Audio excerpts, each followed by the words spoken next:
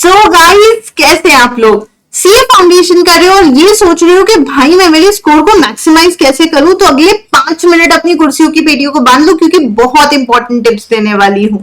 ठीक है, मैं हूँ सीए स्वाति अग्रवाल और आज मैं आप लोगों को इस सेशन में अगले 5 मिनट में बता दूंगी कि वो क्या तरीका है कि और चारों सब्जेक्ट में से कौन से टॉपिक है एकदम हाई वोल्टेज वाले जो तुमको करने ही है।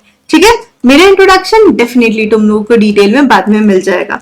सो जो भी बच्चे सीए फाउंडेशन देने वाले हैं, अगर तुम सिर्फ पढ़ाई कर रहे हो और तुम ये सोच रहे हो कि बिना स्ट्रैटेजी के हम लोग बहुत अच्छा स्कोर कर लेंगे, तो बेटा थोड़ा सा मुश्किल होगा, क्योंकि बहुत जरूरी है कि तुम आईसीआई की ये जो नया सिलेबस है ना, इसमें कुछ स्मार्ट तरीके से पढ़ाई करो, कुछ स्ट्रॉन्ग आइडियाज लगाओ जिससे 250 प्लस आराम से स्कोर हो सके। तो चलिए वो 5 चीजें बता देती हूँ जो तुम लोगों को करनी है। सबसे पहले अकाउंट्स की बात करते हैं। अकाउंट्स के अंदर final accounts of sole proprietorship her attempt की बैकबोन है। 20-25 मार्क्स का क्वेश्चन इस पे बन जाता है। इसके अलावा पार्टनरशिप और fundamentals like change in profit sharing ratio, retirement basis, ये भी आईसीआई बार बार पूछ रहा है। अच्छा, अपार्ट फ्रॉम दैट एक और चीज बताती हूँ, बिल ऑफ एक्सचेंज, कंसाइनमेंट और डेप्रीसिएशन, इसके छोटे छोटे अच्छे अच्छे क्वेश्चंस बन जाते हैं। तो कुल मिलाकर एक टिप ध्यान रखना, सबसे पहले फॉर्मेट्स को परफेक्ट रखना, नरेशन को कंसाइज रखना और वर्किंग नोट्स के लिए स्पेशल कॉलम बनाना। तो उससे तुम लोग को पता है क्या होगा, कहीं पर तुम जगह नहीं छोड़ोगे कि जहां पर तुम्हारे मार्क्स कट सके। ठीक है, सो ये तो था तुम्हारी अकाउंटिंग का टिप, लिख लो, काम आएगा। अब हम चलते हैं तुम्हारे पेपर नंबर 2, जो कि 100 मार्क्स का सब्जेक्टिव पेपर है जस्ट लाइक अकाउंट्स।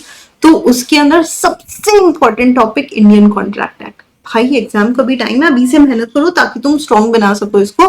32 से 35 मार्क्स का क्वेश्चन आता है, बल्कि मैं ये कहूंगी कि जितने क्वेश्चन, ऑलमोस्ट हर क्वेश्चन का एक पार्ट तुमको कॉन्ट्रैक्ट का मिल ही जाएगा, एक क्वेश्चन छोड़ के। तो offer, acceptance, consideration, capacity, free consent और अब तो स्पेशल कॉन्ट्रैक्ट भी आ गए हैं, तो बहुत इंपॉर्टेंट है। इस सबके अलावा सोगा, पार्टनरशिप, ये दोनों 15-15 मार्क्स के टॉपिक है।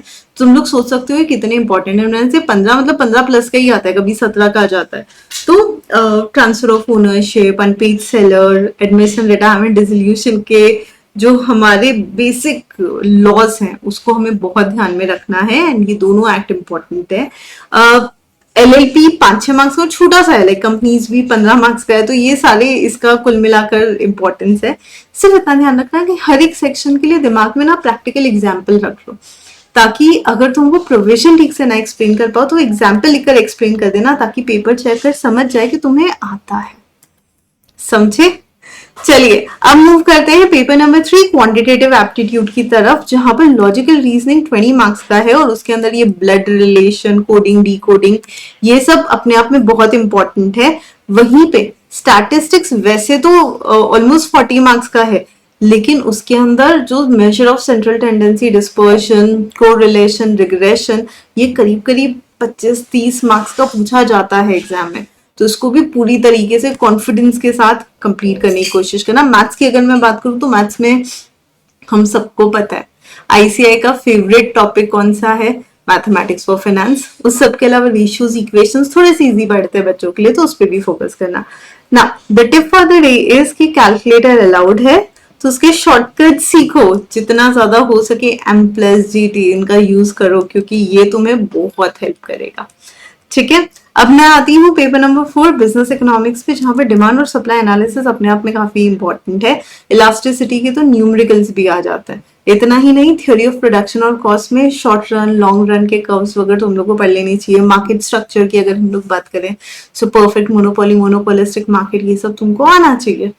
हर कंसेप्ट के साथ एक ग्राफ का प्रैक्टिस कर सको तो बहुत ही बढ़िया है, क्योंकि आईसीआई का फेवरेट है, वैसे ही ऑब्जेक्टिव है।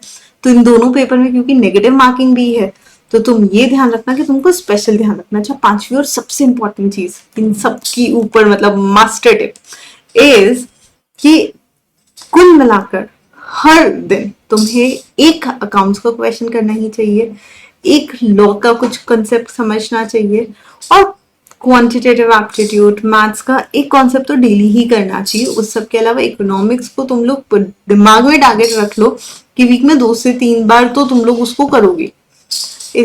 इतना ही नहीं, एमटीपी, आरटीपी पिछले 3 अटेम्प्ट्स के अच्छे से करो।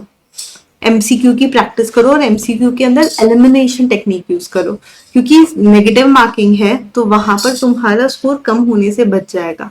सो चाहे तुम जनवरी 26 दे रहे हो, मई 26 दे रहे हो, सितंबर 26 दे रहे हो, ये 5 ना पिलर्स है जो मैंने तुम लोग को बताया 250 प्लस जिसने भी अचीव करने, ये दिमाग में प्लीज रखना। और इस वीडियो के कमेंट में मुझे जरूर बताना कि वो कौन सा सब्जेक्ट है जो तुमको डुबाएगा, वो कौन सा सब्जेक्ट है जो तुम्हारा सबसे स्ट्रांग है, और उस सब्जेक्ट का हम लोग डिटेल रोड मैप डिस्कस करेंगे।